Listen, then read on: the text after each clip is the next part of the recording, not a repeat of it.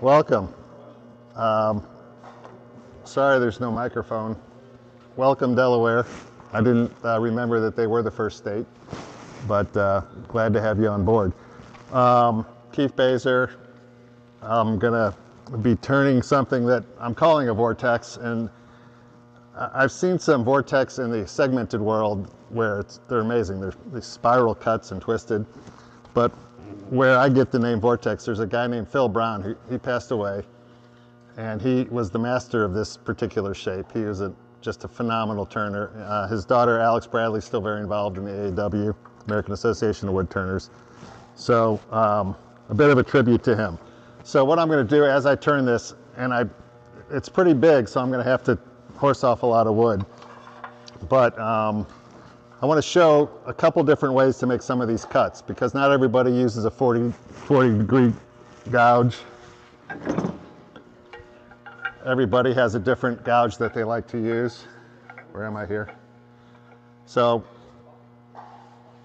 a 60 degree grind and a 40-40 grind. So when I make some of these cuts, I'm going to do them with each of these to show you how to use each of these tools the way I use these tools.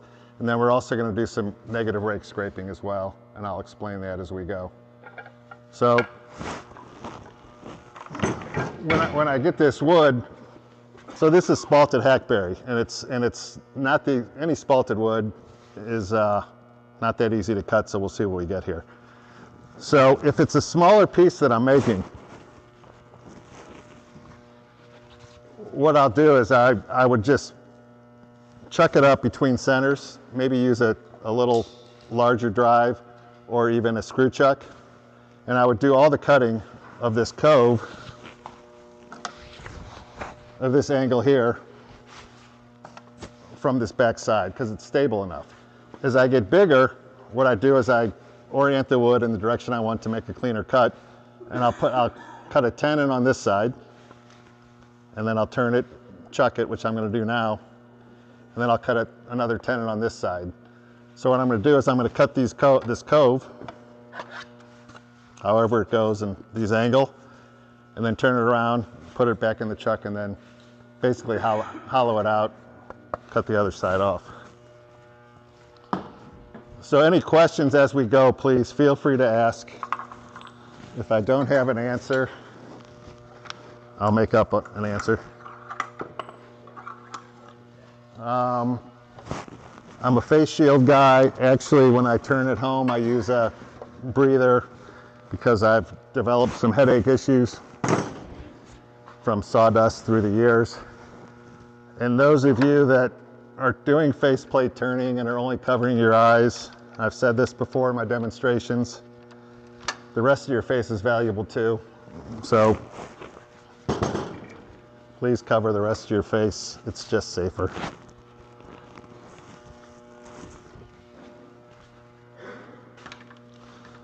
So I've already had this between centers, cut the tenon on it for time's sake. And I'm going to put it in the chuck here.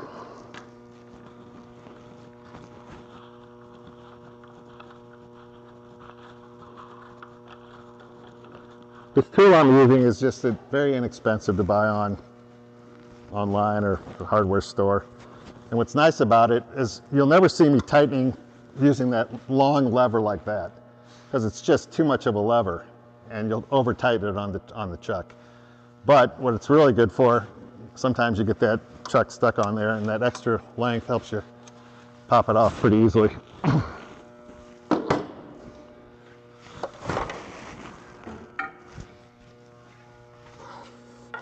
Always bring the tailstock up for safety. Turn your speed down. So I cut this yesterday, so could be a little out of round.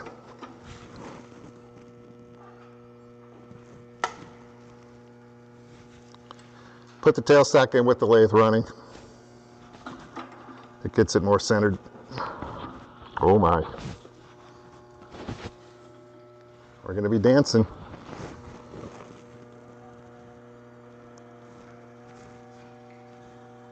Okay, so I'm going to flatten off the bottom. See me just drop the, Very interesting. Okay. My tool rest is too high.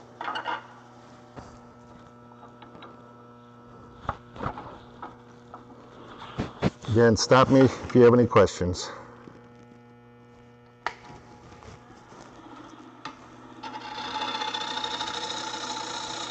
So handle dropped. You notice it's cutting, not scraping. So we're getting shavings, not dust. And then we'll square off the side here, just to make sure. So the tree, this is the outside of the tree. The rings go this way. So you can see some bark here. So when you have that piece of wood that's round the tree, and you're cutting a cove shape, you're going to cut from the outside of the tree in, because the tree is at an angle like this, so you're cutting that part away. If you go the other way, it's going to get smaller and smaller because you have the angle of the tree. Is everybody kind of seeing what I'm talking about? I could draw it maybe if I...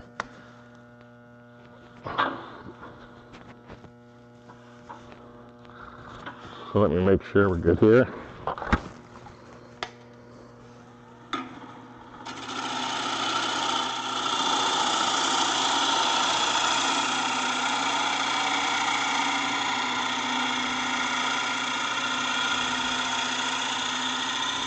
Come to the end of the cut, close it, because there's no support at the end.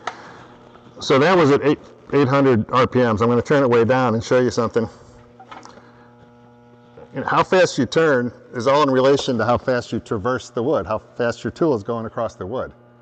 It's always easier to turn faster, but it's not always safer to turn faster. So don't turn this thing up as fast as you can and take the risk of turning too fast. But I'm going to slow it down now, make a very slow cut. So here's at 400.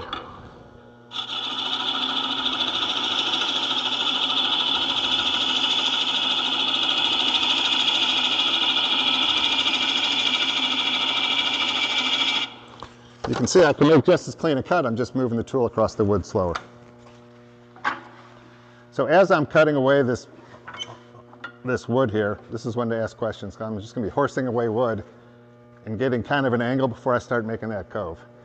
And when I get about halfway, I'm going to show you 3 different tools and what the angle and the sweep that these tools can make. Because a 60-degree grind, a 40-degree grind, and a 35-degree grind or 70-degree grind are all going to be able to make a sweep differently. And I'm going to show you how that works. I'm just going to horse some wood off because I'm going to have to put a tenon on this end.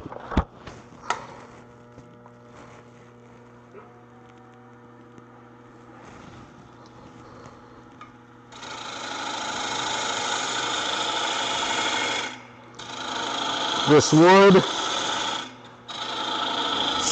has some moisture in it, but it's not really green.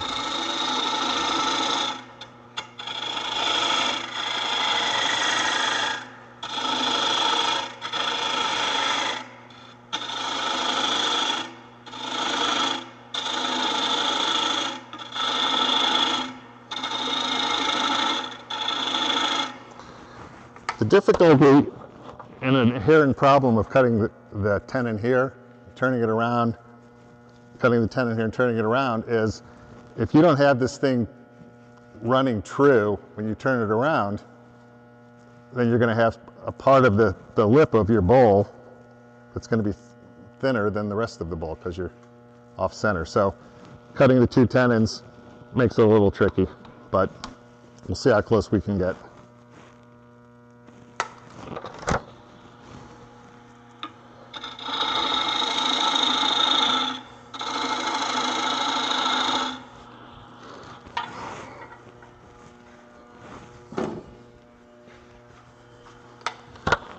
So we've all marked our tenons with this. Make sure to only use the side closest to you. The back side, if it hits, it's going to throw it. So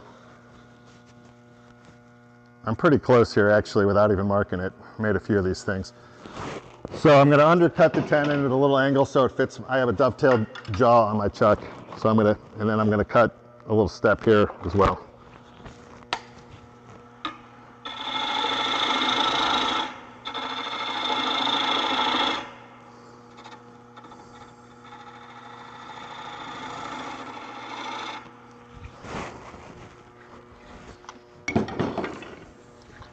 I'm going to clean that corner out a little bit.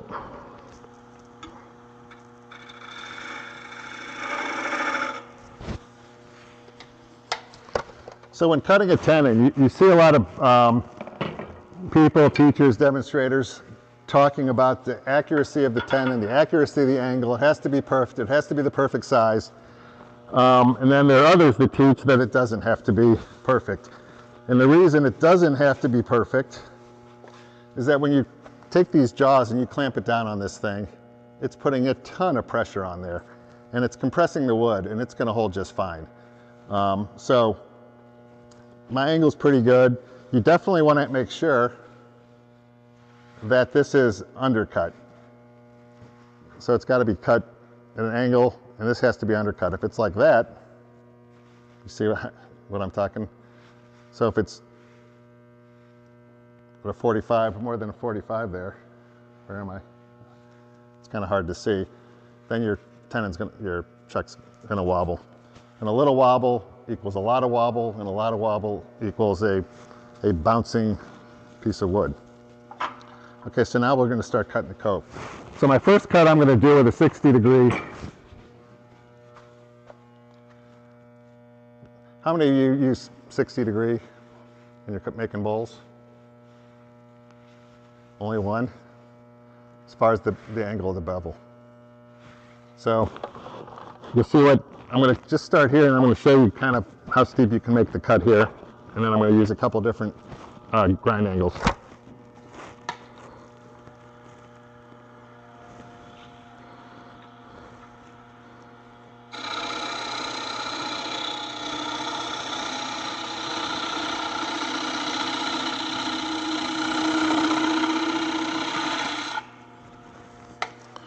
Okay, so you can see the angle here, and that's with the 60-degree. And I'm starting driving straight toward the headstock here, and then trying to make that curve. Now let's use the 40-degree angle. It's kind of hard to see that an angle, just believe me, it's somewhere close to 40 degrees. We're going to try to make that same cut.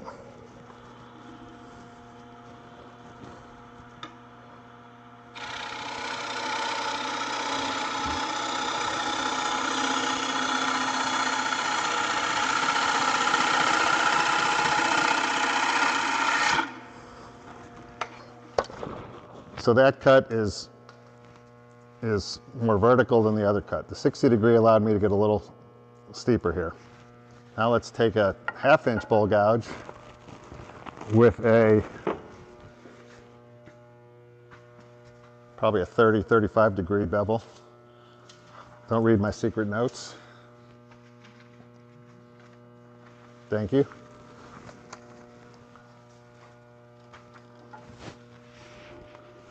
By the way, we hear a lot of stuff when we do surveys with the AW, and there's a big deal about, you know, is it art, is it craft? Is wood turning art, is wood turning craft? And some answers to the survey say, you know, I don't want to be a member because it's gotten too crafty, or it's gotten too arty. And my point and my answer to that is, who cares? You know, let's get up here and just make something and enjoy what we're making, and don't worry what people call it.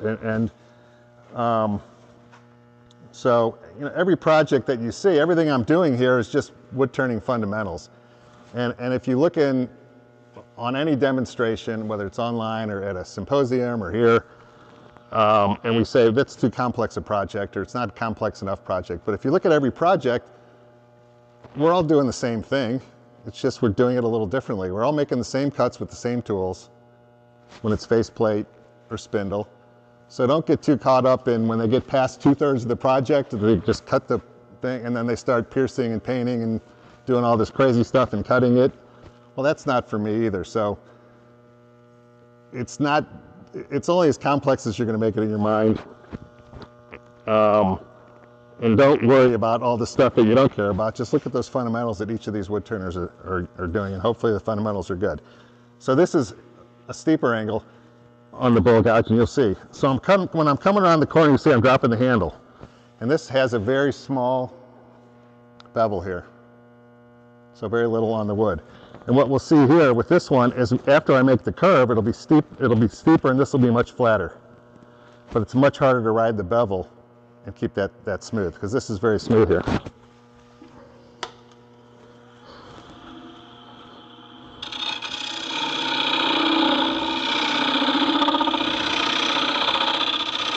And the tools go.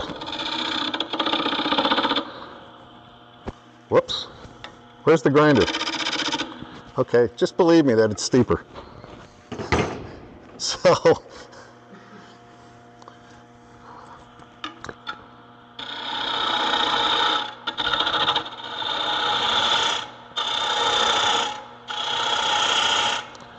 if you're working way out here, this is only probably 10 inches, but if you're just working on a drive center and you're working out here, you're going to have a lot of vibration.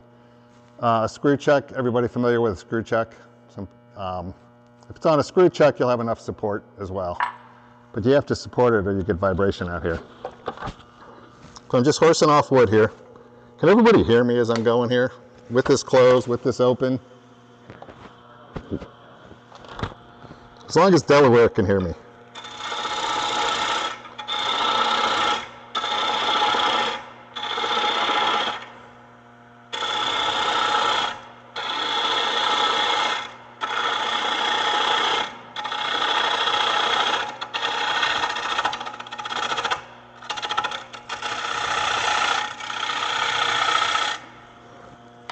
So I'm just removing wood here, kind of getting a decent idea of where we're going with this. What I'm going to do, it's cutting very smoothly up here because of the orientation of the wood, going from the bottom to the top. I'm going to cut from the top to the bottom just to see how that cut's going to be, because it'll be easier for me to make the curve coming from here going down. So let's see what happens there. You guys never have any questions. Ask something. Ask me what my middle name is or something like that.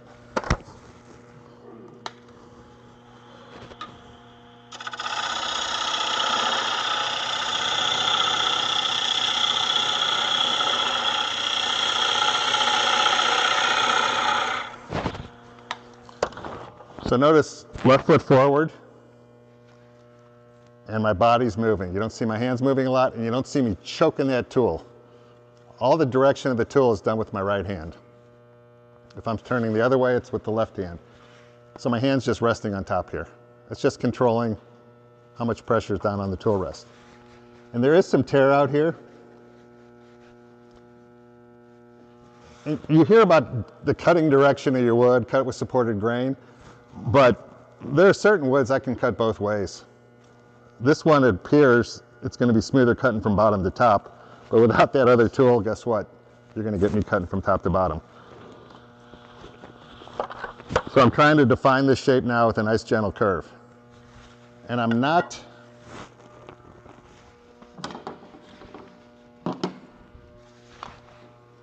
what you'll see is I'm going to come to here and I'm going to stop, and this is going to be bigger. Because when you turn it around and you start hollowing it out, you need it to be bigger here in the chuck to give you some support. If you start going real small here, you're going to get a lot of vibration. So we're going to cut this, we're going to turn it around, then we're going to take the inside out, then we're going to turn it back around, and then we're going to blend it in. And everybody kind of see where I'm going with that?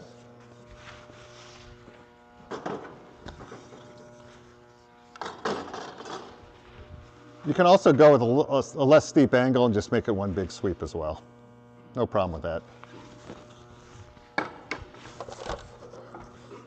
So I'm going to cut from top to bottom. Hopefully we'll get a clean cut. This 40-40 gouge is going to cut cleaner than the 60 degree.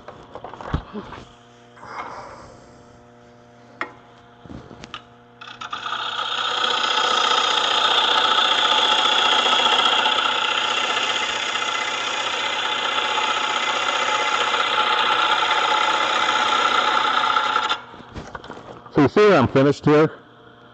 I'm going to come into that spot there because I'm going to come from the bottom and blend it in later.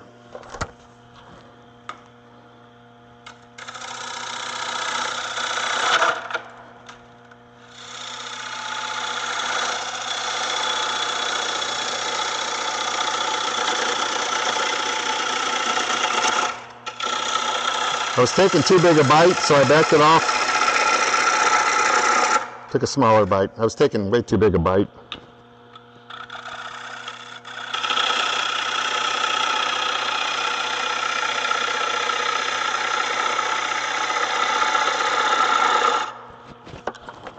You can kind of feel it tearing a little bit. I mean, it's fairly clean, but there's a lot of tear out here. Anybody here get any tear out ever when they cut wood? He's got to drive home. So get a little tear out here. Okay, so now what I'm going to do,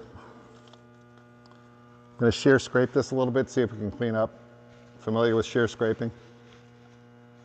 Familiar with negative rake scraping? Pretty similar. I brought a lot of negative rake because, so negative rake, you got it? So you got the bevel on both sides. I have a 20-degree bevel on each side. On the top side, there's a little burr.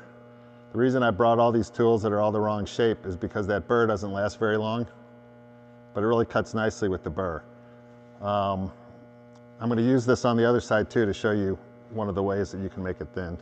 So I'm going to try to scrape, use the negative rake and see what happens with safer than a regular scraper. You don't have to always be pointed down with it. It doesn't hurt if you are, but it really does a pretty effective job of cleaning things up. Again, no weight on the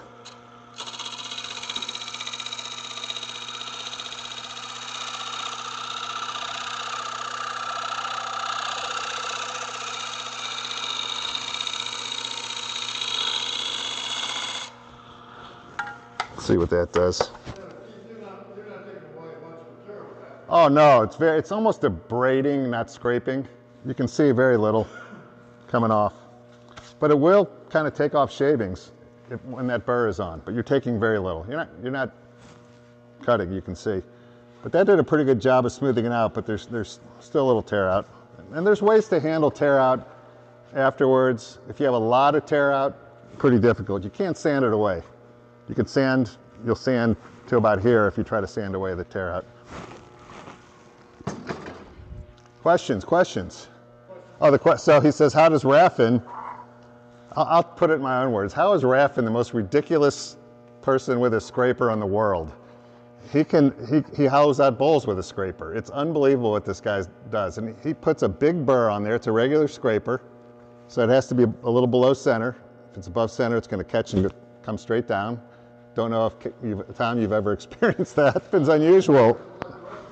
And Raffin's a good example of one of the kings, one of the inventors, one of the most important people in the wood turning movement, who does things very differently than a lot of the others the best wood turners in the world. And it's kind of funny. They all like to judge each other, but hey, it's about the effectiveness of what the piece looks at the end. And he's outstanding, but I've never seen anybody, nor have any of the people I've talked to that are, kind of some of the better wood turners, they don't understand why he does it and how effective he is doing it. But boy, he is amazing with a scraper. Amazing with a scraper. So this is pretty clean. So you can see this steep angle. I don't know if you can get, and it's cut pretty clean. So we're going to turn it around, put it back in the chuck. I'm going to put it in a different chuck, and we're going to see if it runs true. So I heard a line from somebody. I'm looking for my air. Like, there you go. There's my air. There's my air gun. What the air does for me in my shop, by the way, is it slows me down. I'm not the most patient wood turner. And sometimes just grabbing the air and just shooting the stuff around helps me drop tools. Just slows me down a little bit, gets me to think before making some cuts. Okay, boy, this could be dangerous. There we go. Okay, so we've turned it around. And if I'm tightening this for more leverage, I'm never going from here. It'll just So I just come in here a little bit, tighten here. If you look in the bottom of your tenon here is, you can slip a piece of paper in there, more than a piece of paper, then you might want to recut it, move it, get it tighter. So let's see how this thing is running.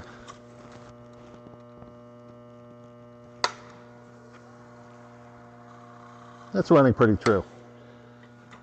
So now we're going to do the fun part. Again, even though it's in a chuck, run this thing up there. And by the way, here's why I do this, because somebody that's a lot better than me told me to.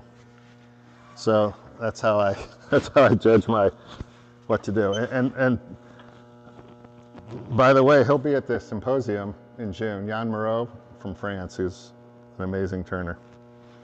Okay, so now we got to make this thing thin, as thin as you want, but not too thin.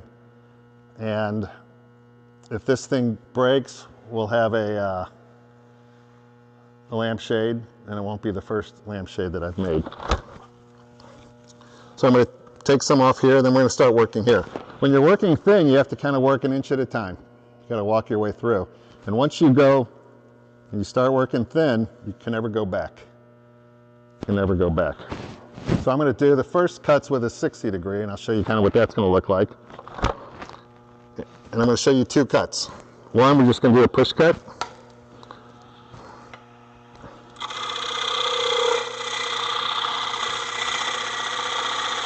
Okay, that's one way to get it thin. Another is just to cut right down the line here.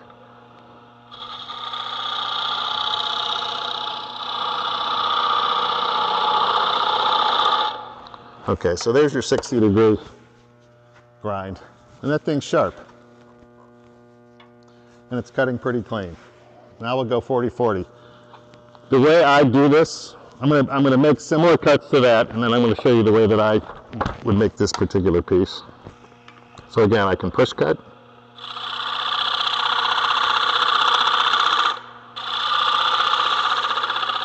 Or I can find the bevel.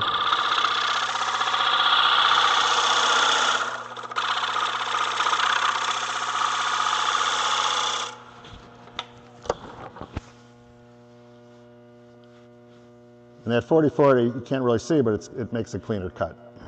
So here's the way, when I'm doing things thin, the way I do it. I brought a ton of different negative rake scrapers because they're not going to last long enough for me to really be able to do this. But what I do is I do the push cut here, as thin as I'm comfortable, again the first inch, and then I come in with a negative rake scraper and I bring it to the final thickness. So we're going to get a little thinner this way. By the way, I'm looking right down the line. If you're here, you can't see where you're going. You can't tell the thickness from this thickness here. You gotta look down the line.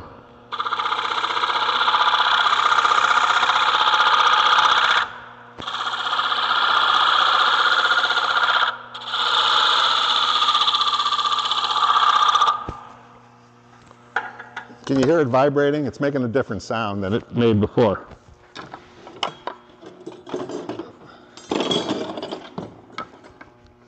A lot of measuring. It costs you nothing to stop the lathe and measure. So cut, stop, and measure. Cut, stop, and measure. So I'm measuring the thickness.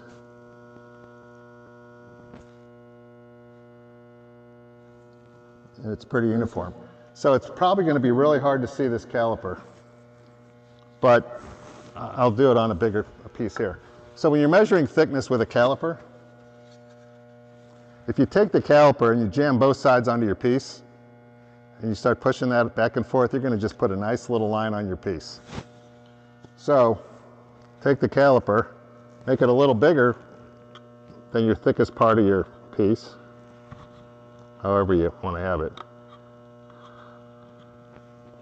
Hold it with one hand on one piece here, and I'll explain that. So you're going to be a little thicker right there, and then you're just going to take a look. You see? And you're going to watch that space if it remains the same as you're going up and down. There are many times when I just wasn't paying attention and I just clamped this thing on there and I go like that, and suddenly I had a nice kerf in my piece. If you have it with two hands, there's no way you can control it. With one hand, with two hands, you're going to press it like that every time. You just are.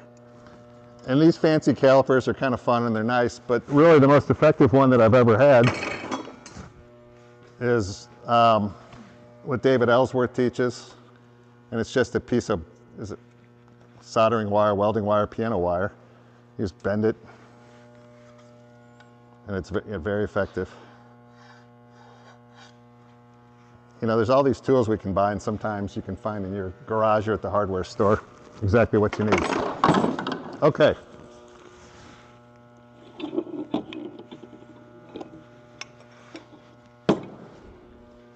Negative rake.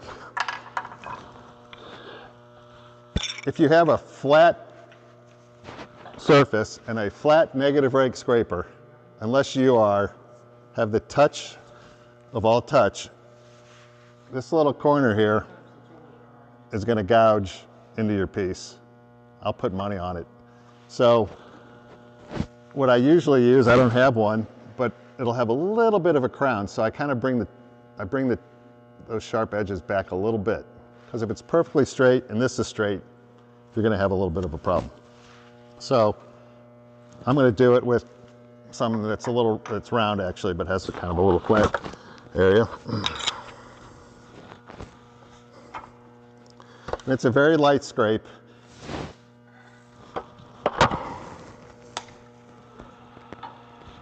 See, my hand's just on top.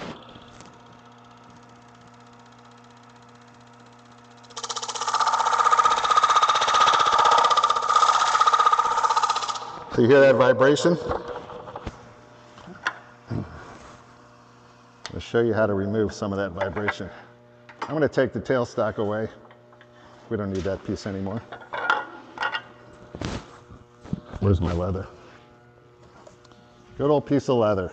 So undyed leather, if you go take a pair of your penny loafers and you cut a piece and it's dyed, you're going to dye your piece. So it's undyed leather, and what it does is it keeps that vibration. Is it a little scary to have your hand past the tool rest on the piece? Yeah. I've been taught, seen many people do it. Be careful. So this is up against my forearm. This leather is holding it stable.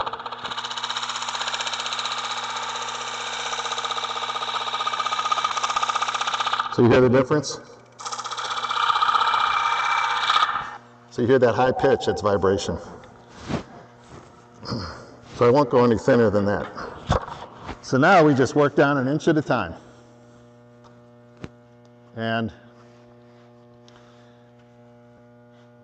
I don't like rounding edges on anything I make with sandpaper. But as thin as this is, and as much as it's vibrating, usually I would take the tool, drop this down, and like shear scrape this edge. But it's vibrating, and it could break if you hit it too hard. So on something like this, I would hit the edge with sandpaper. And that edge is sharp. So we're going to just work our way down. I'll start with the 60 again, and we'll switch to the 40. We'll use whatever we want.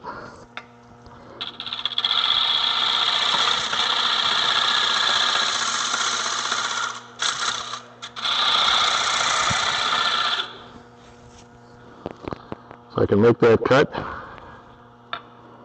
this way.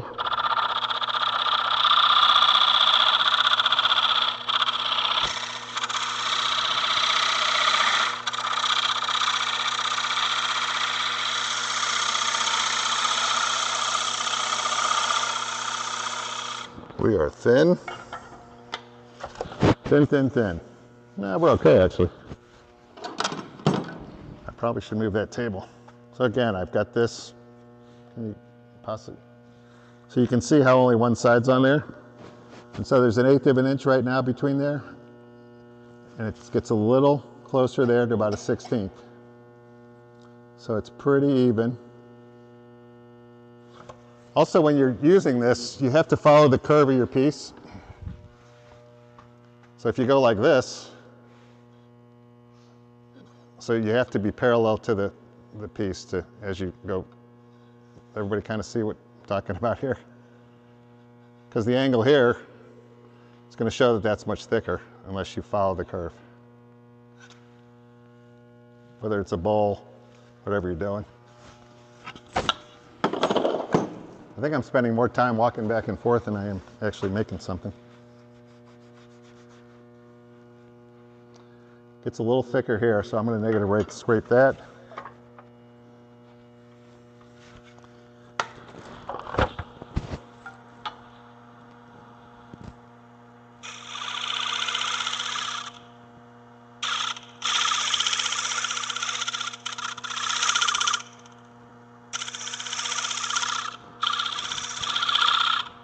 See, that little spot's already dull.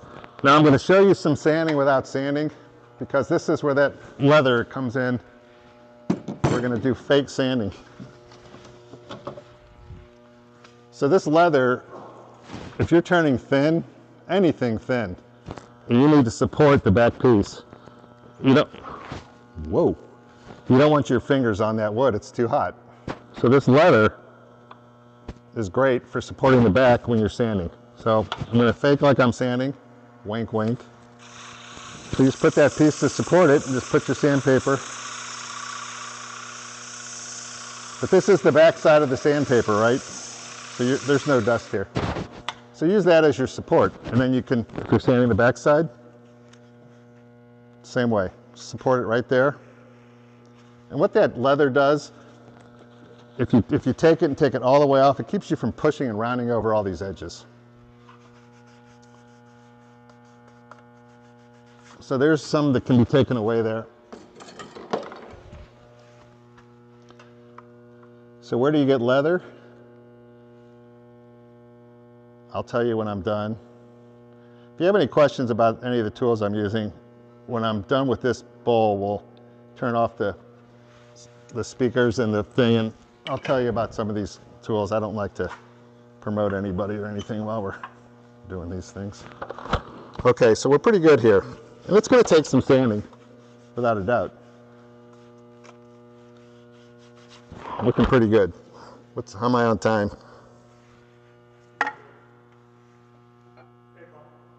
Oh geez, okay. So I'm going back to 40/40, just doing that push cut. Leaving some bulk here takes vibration away.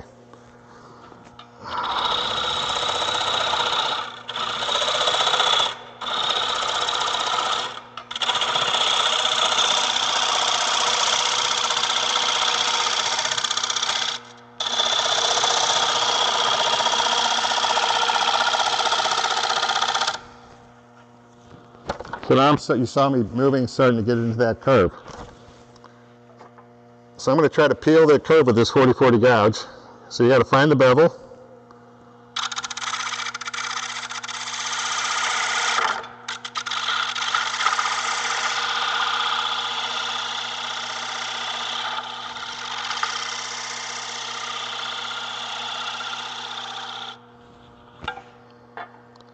And then measure.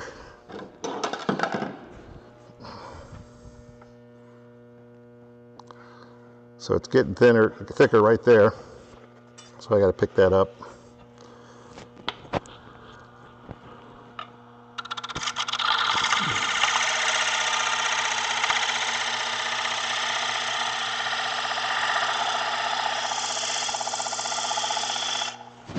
And we've talked about how the body moves. You kind of dance with it. You don't see a lot of arm movement, too much arm movement, but you see a lot of body movement. When we get to the middle, you're going to have to get the arm out there and then swing it in. Still a little thicker there. I'll negative rate that. So now we have a convex curve. It's a little easier to scrape up the flat.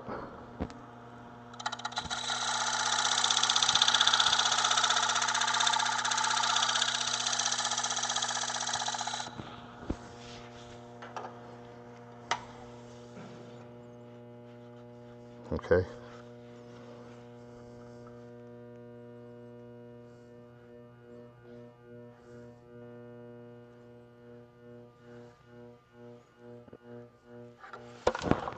Steve's amazing over here, by the way. We're lucky to have him. Steve Spielberg Botkin. He has fixed many a demo for me. Made me look good. Can't make me look handsome, but made me look good.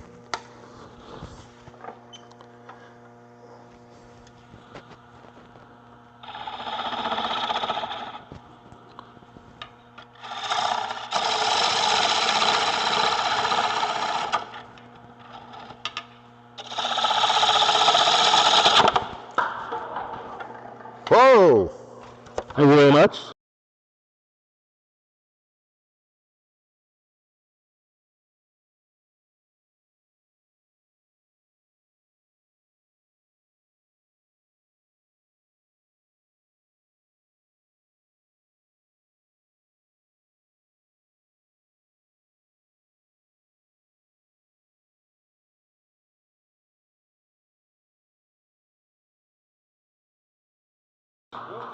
We're not posting this video, by the way.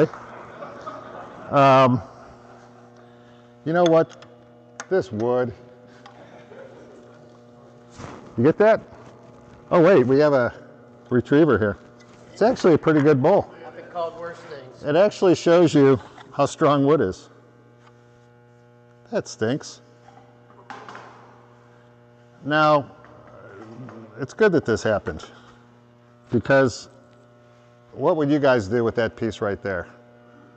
This prized piece of roadkill you got for free. You're going to put it between centers and cut a new tenon. That's one option. The other option, my favorite option, I'm going to rub two sticks together until I have a big fire. Burn it. Now, absolutely. Absolutely, and I'll expect to see it in the President's Challenge. You want to make a bowl now? You know, it's funny, I always was waiting for that moment and going like, what do you do when that happens? And you just act like you're not embarrassed, but you are. And then you say, I'm glad I did it because I set an example for everybody else that blows something up in a demonstration. And they'll feel better about themselves. Let's try to do it again.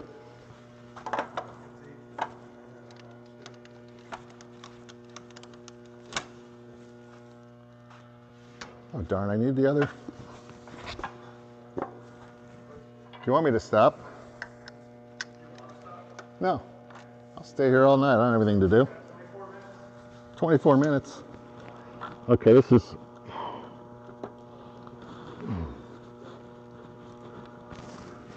What are we going to make?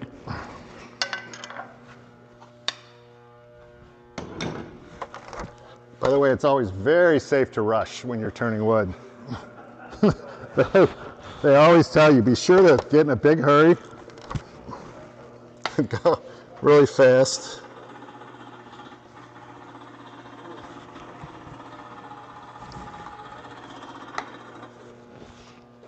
That's stable. What on earth just happened? How red am I from being embarrassed? Okay. Who's in charge here?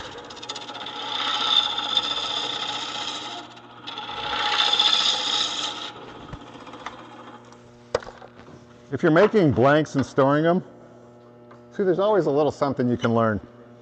See that super sharp edge? If you're going to rough out blanks and store them, always knock the corner off, because that corner right there is always going to start cracking. So always knock the corner off if you're going to be storing the wood. Just like that. That helps.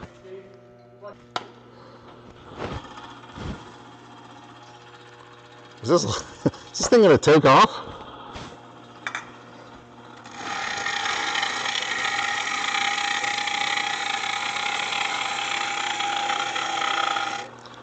You got to really slow it down at the end and close it so you don't fly and hit your chuck, which we've all done.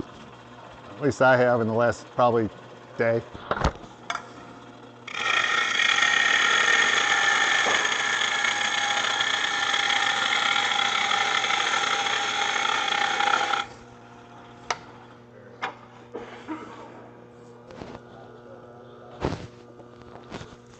not cutting very clean. I'm cutting in the wrong direction. Change tools. So again, body's moving. I've never had a lathe dance like this for like an 8-inch piece.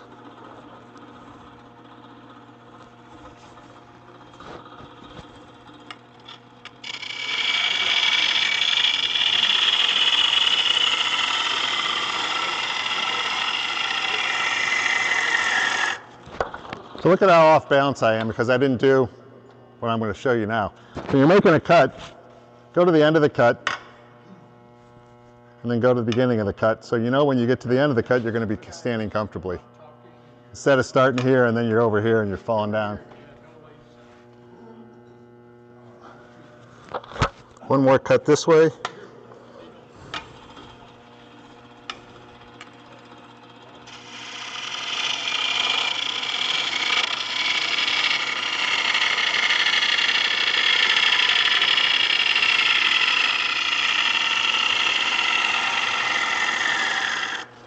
That is a dull tool. Okay, so what I'm looking for when I'm making a bowl is just a nice continuous curve. And you know, if you look at Raffin's book, which is I'm sure we have a copy, what he shows is, it's really neat. He shows hundreds and hundreds of different forms that are available. I know Richard takes classes and is making all these different forms. There are an amazing amount of forms. But what I just keep working on is just a continuous curve.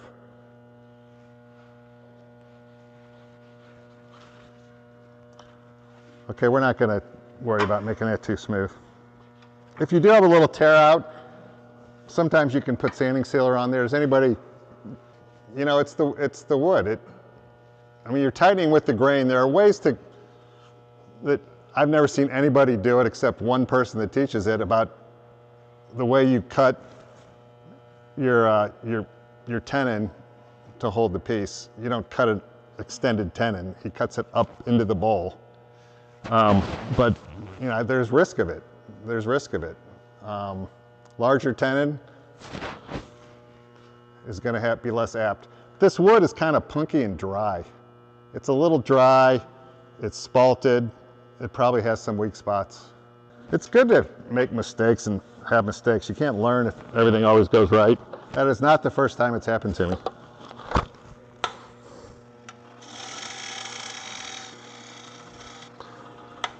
So you see this little sharp edge here? I just kind of made a little curve here.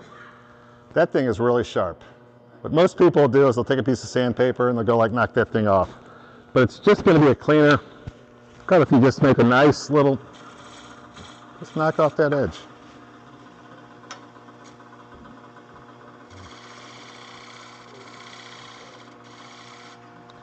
Okay, let's see if we can turn it into a bowl before they kick us out of here. Okay, let's hollow this thing out.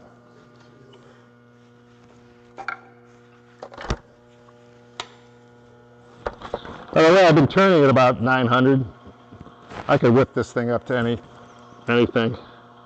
When you're turning a bowl, when you're turning anything in wood, spindle or bowl, you're naturally cutting a spiral. No matter what you're doing, it is impossible not to, when you're taking a sharp tool and you're going across something round, you're cutting a spiral. The faster it's turning, the tighter the spiral is going to be. The sharper the tool is, the less that's going to be visible. It's impossible not to. Your physics lesson for today. So here, I put this down on the tool rest. If I just put this here, watch. It just dances back. So you got to stop that from happening. Not too well.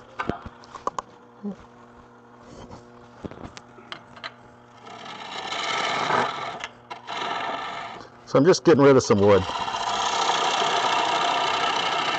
Now I'm going to leave some beef in the middle there.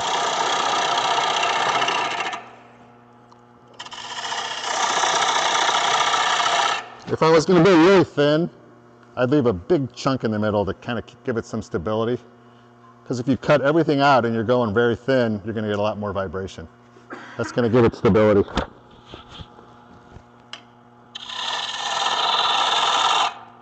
back. Now once you're in here, you can see the inside? You can see that there's those steps there. So once you have those little steps, then you have a place for your tool just to go in, and you're not going to get that dance back.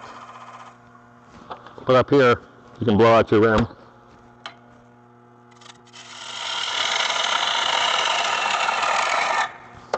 And what you're trying to do is, the inside, this bevel follows the outside of the bowl to get that uniform thickness. And we can stop and measure. Now thin isn't that a big deal. I mean, it's a circus trick. It's, you want even thickness, that's most important. I mean, if you don't have even thickness, your bowl, your green wood bowl will probably crack, unless it's super stable wood. Like ash is very dimensionally stable, and it just doesn't move that much, like white ash. And there's some other woods, I'm sure. Any fruit wood, if you're thicker in one area than thinner, you know, pear, apple, even cherry, because they're very wet and there's a lot of movement in those woods, you'll probably get some cracking. And when it cracks, one man's opinion, you put glue in a crack, and that Richard Raffin says this, if you have a crack and you glue it, you have a crack with glue in it now. That's because wood does not dry. Wood equalizes to the environment. It equalizes. So in a drier environment, it's going to be a little drier. It equalizes. It's never dry. So if you put things in there that are inert and do not move, eventually they will pop. And pop doesn't mean flying across the room and hitting someone in the eye. It just means it's going to come up a little bit and raise. And if you see a beautifully built piece of furniture with great joints, and you go in after a year and you put your finger on there, just rub, you might feel a little bump there, because wood's dynamic, without a doubt. Especially when it breaks off the chuck and starts bouncing down the aisle. Now, you guys didn't put the aisle in the right place, because as I've said before, it's going to bounce right down that aisle. Right knee with a phone on it. We almost lost an iPhone there.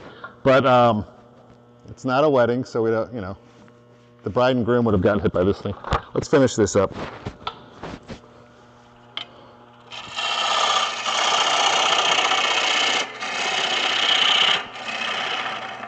When I feel I'm making too thick of a cut, you see I just pull it back and step it back.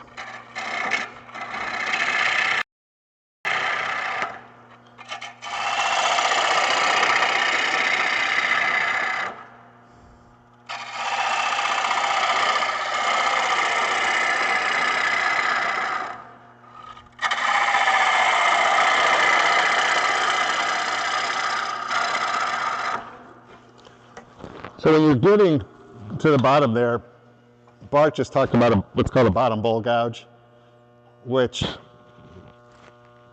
is a 55-degree grind. Does anybody use a bottom bowl gouge? Now somebody has to do or use something that I ask. Well, come on over, we'll show you what it does. But it cuts cleaner across end grain on the bottom. I did not bring mine because what I was making, there was not a necessity of a bottom bowl gouge.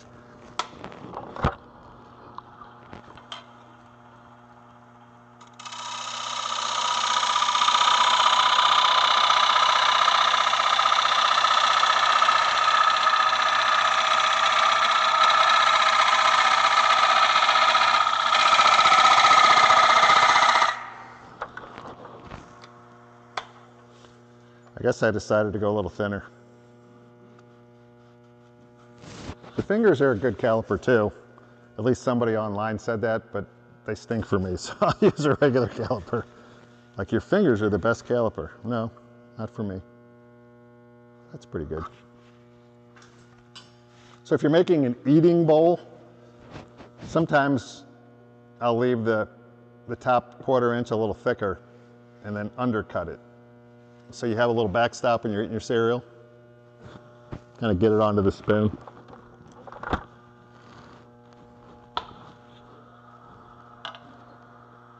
So I have it here so I can swing.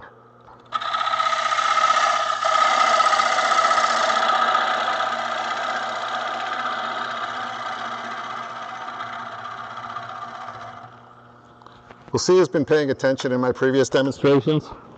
How fast is it spinning at the very dead center of that bowl? How fast is it spinning? 0. So as you're getting closer and closer to the end, slow your cut down.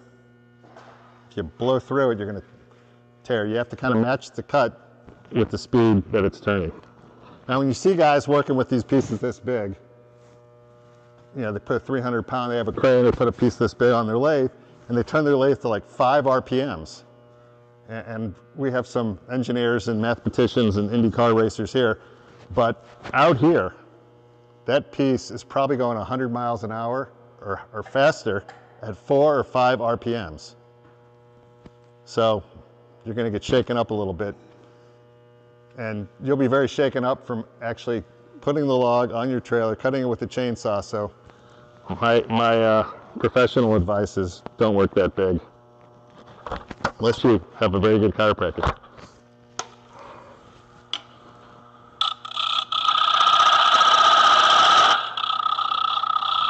So I'm finding the bevel.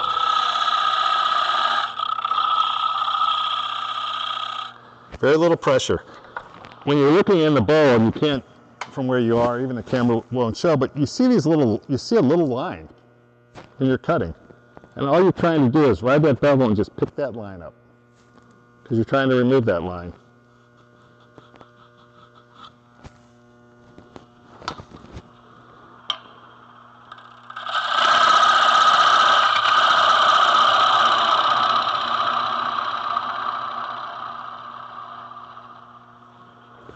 So Emma Cook, who calls herself the Little Turner, we ought to get her here for a demonstration. And you know why she calls herself the Little Turner? Because she's little, but she's very good. But she says pimples and dimples. So at the very bottom there, I still have difficulty with it after all these things I've made. Pimples and dimples. End up with a little raised thing at dead center, which you can sand off, or you end up with a little divot in there. That's something to practice getting rid of. And there are many times when I have a little raised pimple, and then I try real hard, and then I end up with a raised dimple, a dimple. I thought you were coming to give me a high five. Okay, let's finish this thing. Switch into 60 degree, and I'll use a finishing cut, because that 40 degree I'm getting out here by the edge of the bowl. With that bevel, I'm getting over to here. So this edge of the bowl gets in the way.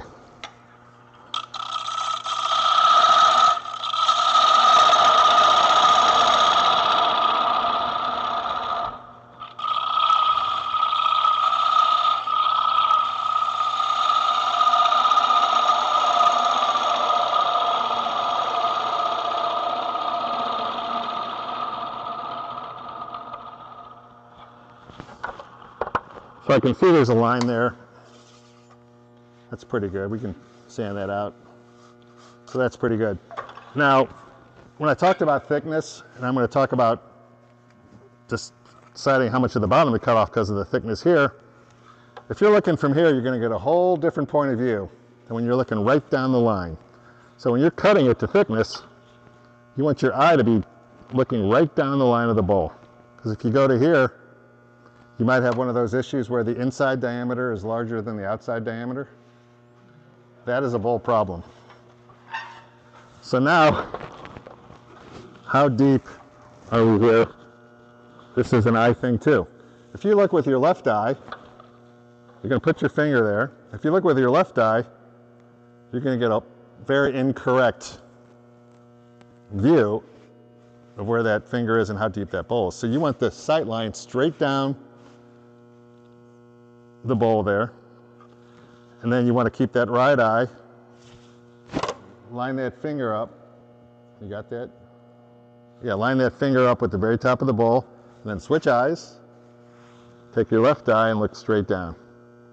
Now there's all these homemade things and things that you can buy to do that for you, and my recommendation is measure a bunch of times and then cut once.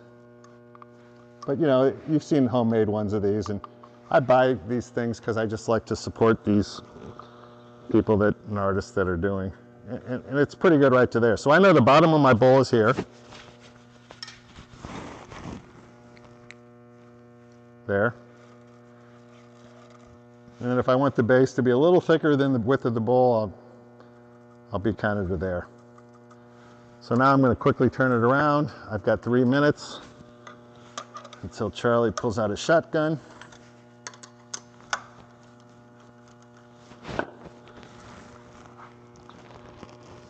Hit the right button.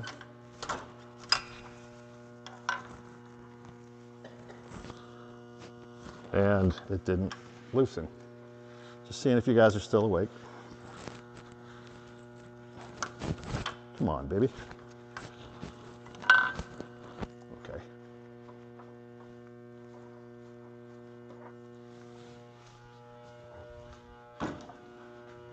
Jam chuck. Oh, now I got to put the tailstock back on. That's gonna. Charlie, you just leave for a minute. Oh, I'm just doing that by hand.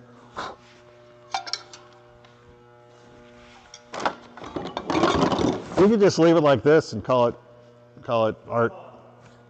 You're calling it? Call it art or call it? Oh, that's done? Thank you.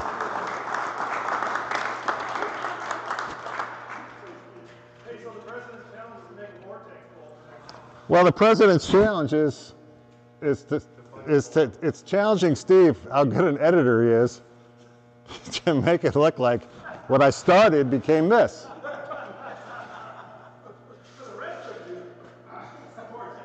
Have you ever made, so when you make a bowl to eat out of, and you look and you go, oh yeah, that'll be good to eat out of, and there's some little thingy in there, and the milk starts, you eat your cereal, and you're telling your spouse or your partner or whatever, you go, look at this bowl I made, I can eat soup out of it. And then you're eating and they're laughing at you, as it's like dripping out of the bottom of the, I don't see any problem there. Well, I'm going to finish this, but it has some tear out. No, I appreciate your attention. I'm not that easily embarrassed, but I'm embarrassed. But it just shows you that the important thing is I'm talking about it's wood. And whether you're building furniture or turning wood, it's wood. And there's no 100% precision. It's wood, it moves, it's organic. And things happen. You just don't want to be standing in the line of fire. And when you feel something vibrating, you feel a little click, click, click, step back and think about it, because that's usually a little crack. John Jordan, one of the legends, he passed away, he said that most accidents are bad wood turned too fast. So pick your poison. It might have been bad wood and it might have been turned a little too fast. I don't know the answer. I'm glad nobody got hit by it. Thank you. I've joined the club.